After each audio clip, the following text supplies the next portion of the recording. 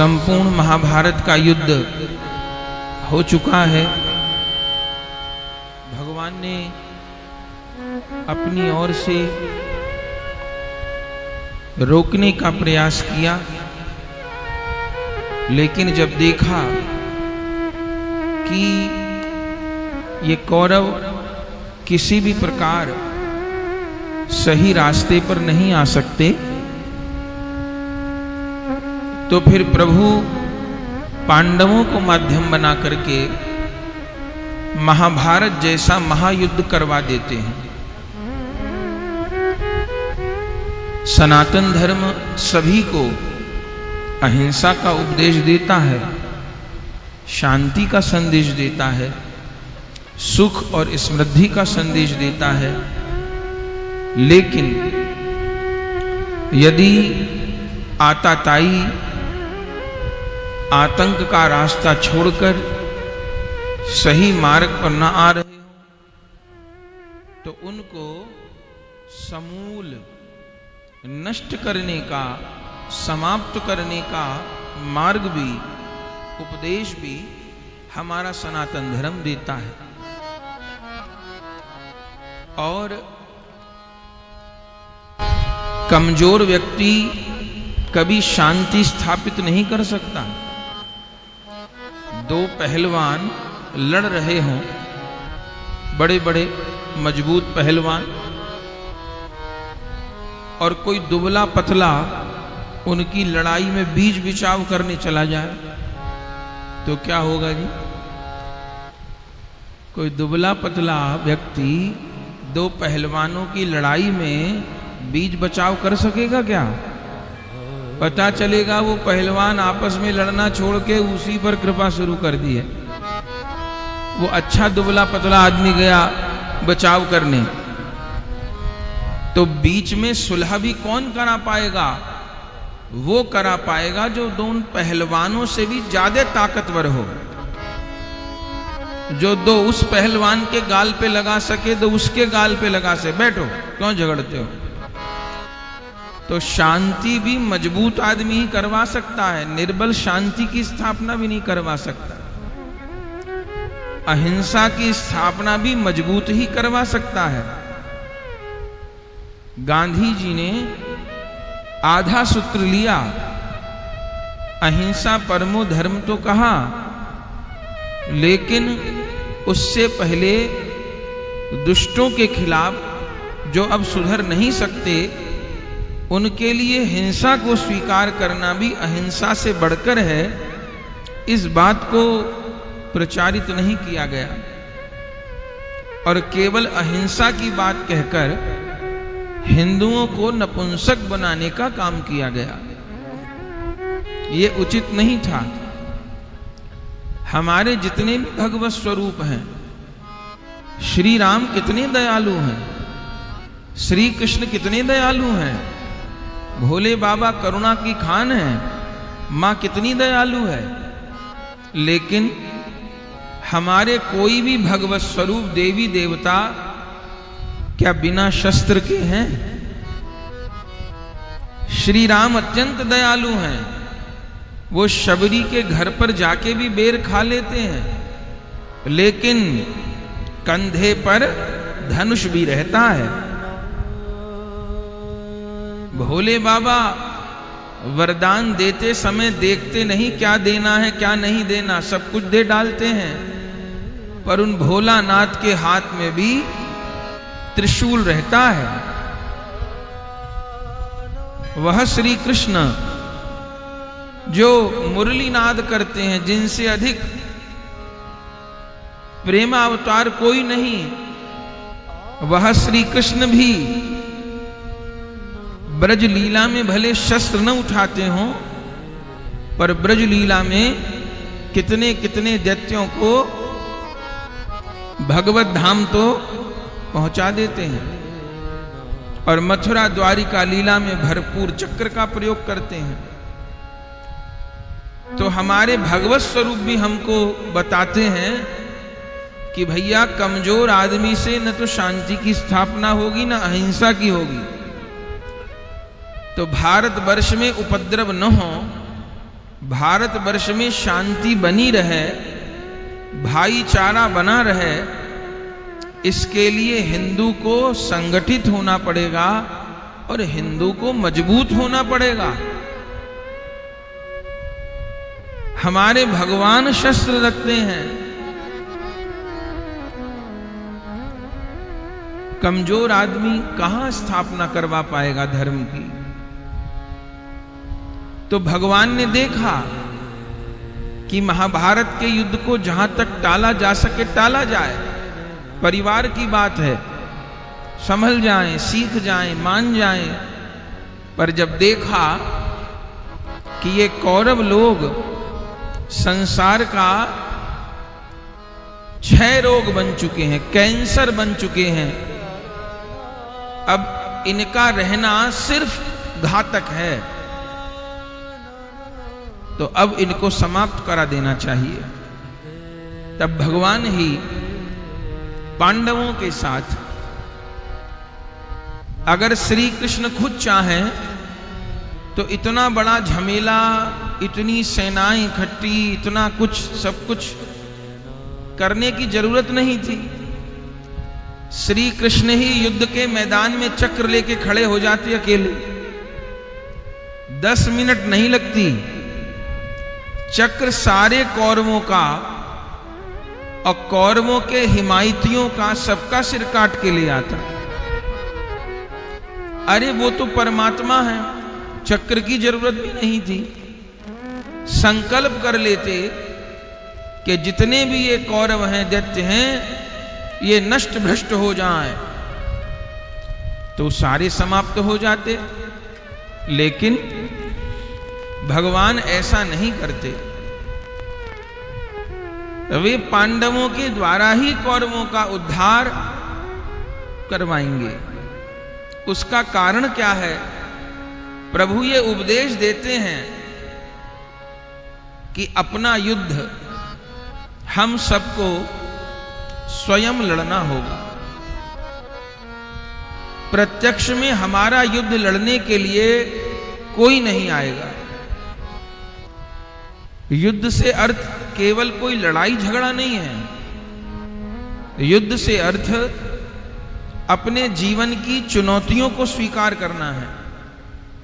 युद्ध से अर्थ अपने जीवन की प्रतिकूलताओं को स्वीकार करना है और मैं अपनी उन्नति कैसे कर सकूं, मैं अपने जीवन की चुनौतियों का सामना कैसे कर सकूं, उबर कैसे सकूं, आगे कैसे बढ़ सकूं। या मेरा जीवन सामाजिक हो गया है तो मैं समाज को चेतना कैसे दे सकूं। स्वयं भजन साधना करते हुए, सबको भजन मार्ग में लगाते हुए मैं कैसे अपने लक्ष्य तक पहुंच सकूं। ये युद्ध, ये प्रयास, ये मेहनत हर व्यक्ति को स्वयं करनी होगी। हम ये कह दें कि मेरा काम ये कर लें, अरे घर में सफाई वाली बाई रखिए। माता बहन बताती हैं घर में कितनी सफाई वाली बाई रख लो, पे संग खुद लगना पड़ता है, देख रेख करनी पड़ती है। अगर मालकिन है सामने तो सफाई वाली बाई अलग तरीके से सफाई करेगी, और मालकिन नहीं है तब तो 5 मिनट में सवरा घर साफ करके चली जाएगी।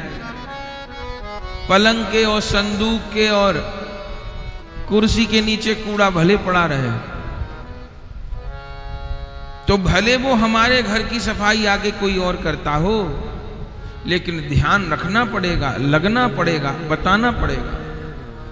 अपना युद्ध जीवन का हर किसी को लड़ना होता है, पर हां उस युद्ध में 100% जीतता वही है जिसने अपना युद्ध भगवान के मार्गदर्शन में लड़ा होता है।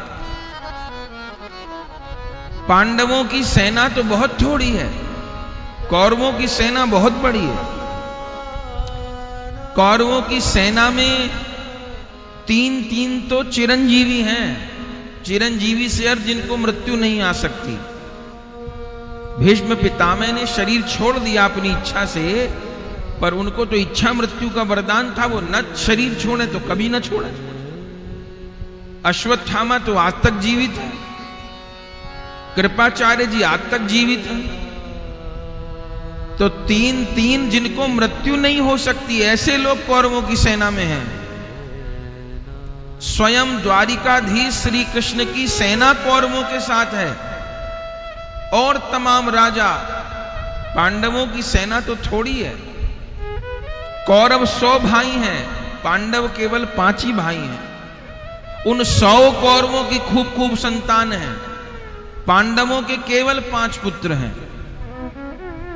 लेकिन धन्य है, तब भी पांडवों की विजय हुई है। उन्होंने अपने जीवन की चुनौती को स्वीकार किया है और भगवान के मार्गदर्शन में अपने उस साधना वाले पथ को पार किया है, लक्ष्य तक पहुंचे हैं। और अर्जुन, जिनके बिना पांडव कोई युद्ध नहीं जीत सकते थे,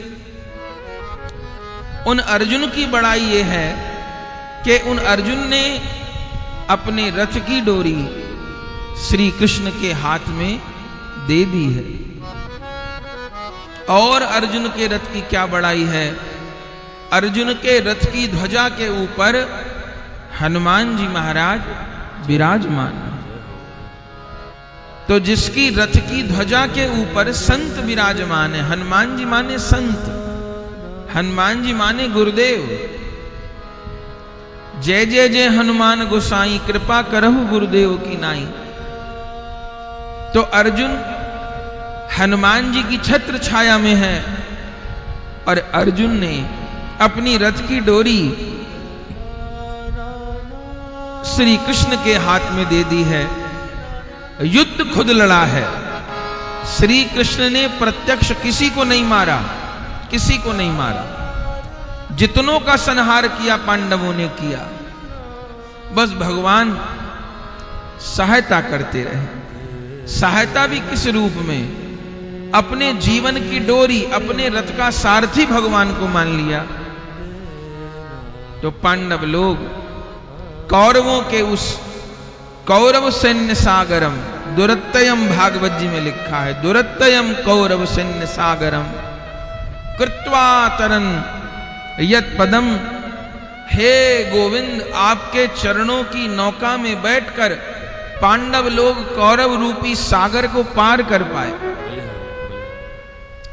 तो हम सब भी चाहें कि हम अपने जीवन के सागर वाले इस भवाटवी को पार कर सकें।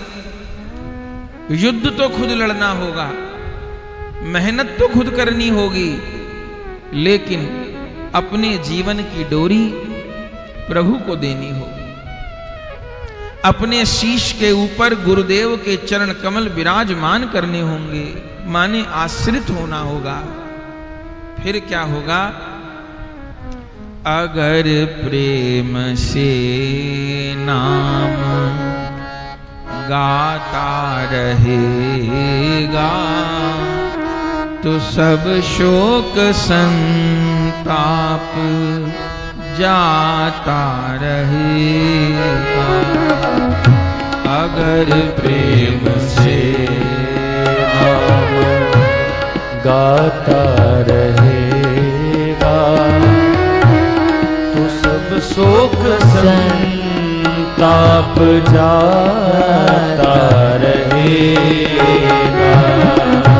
अगर प्रेम से नाम गाता रहेगा तो सब शोक संताप जाता रहेगा। अगर प्रेम से नाम गाता रहेगा तो सब शोक संताप जाता रहेगा। रखेगा जो अपने ही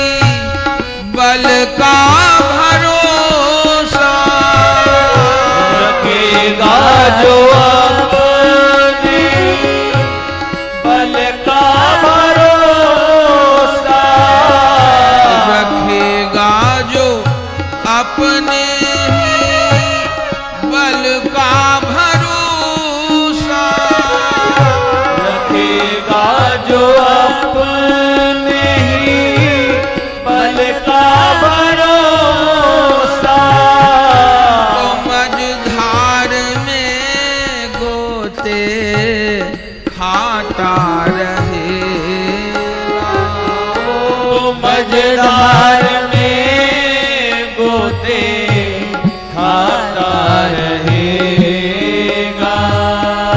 तो मझधार में गोते खाता रहेगा। तो मझधार में गोते खाता रहेगा। अगर प्रेम से नाम गाता रहेगा तो सब शोक संताप जाता रहेगा। अगर प्रेम से नाम गाता रहेगा तो सब शोक संताप जाता रहेगा। अगर वीर बन कर कमर बांध लेगा। अगर वीर बन कर कमर बांध लेगा। अगर वीर बन कर कमर बांध लेगा। अगर वीर बन कर कमर बांध लेगा। आवागमन तेरा जाता रहेगा। आवागमन तेरा जाता रहेगा। आवागमन तेरा जाता रहेगा। आवागमन तेरा जाता रहेगा। अगर प्रेम से नाम गाता रहेगा तो सब शोक संताप जाता रहेगा। अगर प्रेम से नाम गाता रहेगा तो सब शोक संताप जाता रहेगा। जो जीवन की डोरी इन्हें सौंप देगा। जो जीवन की डोरी इन्हें सौंप देगा।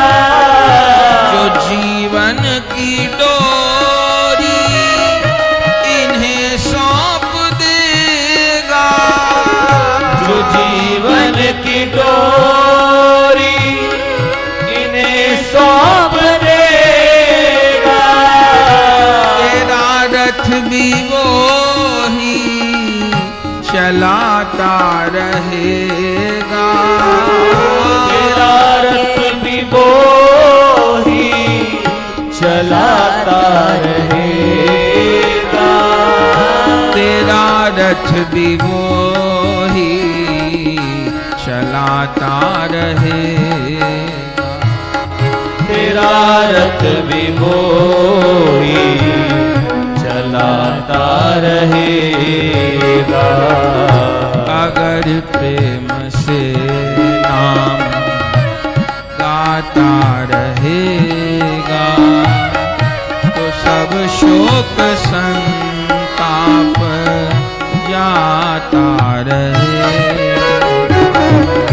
अगर प्रेम से नाम गाता रहेगा तो सब शोक संताप जाता रहेगा।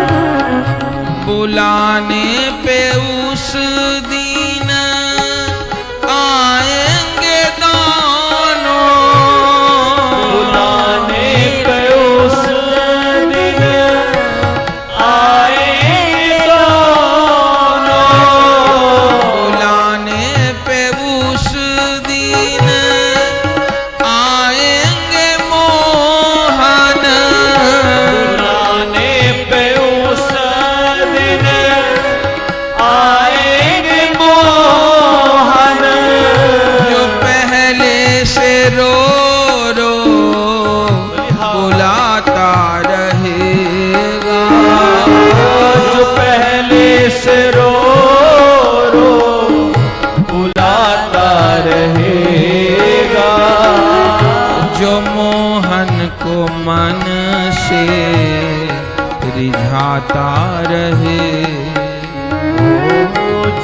मोहन को मन से बुलाता रहेगा। अगर प्रेम से नाम गाता रहेगा तो सब शोक संताप जाता रहेगा। अगर प्रेम से नाम गाता रहेगा तो सब शोक संताप जाता रहेगा। तेरा रथ भी हरि ही चलाता रहेगा। तेरा रथ भी हरि चलाता रहेगा। आवागमन तेरा जाता रहेगा।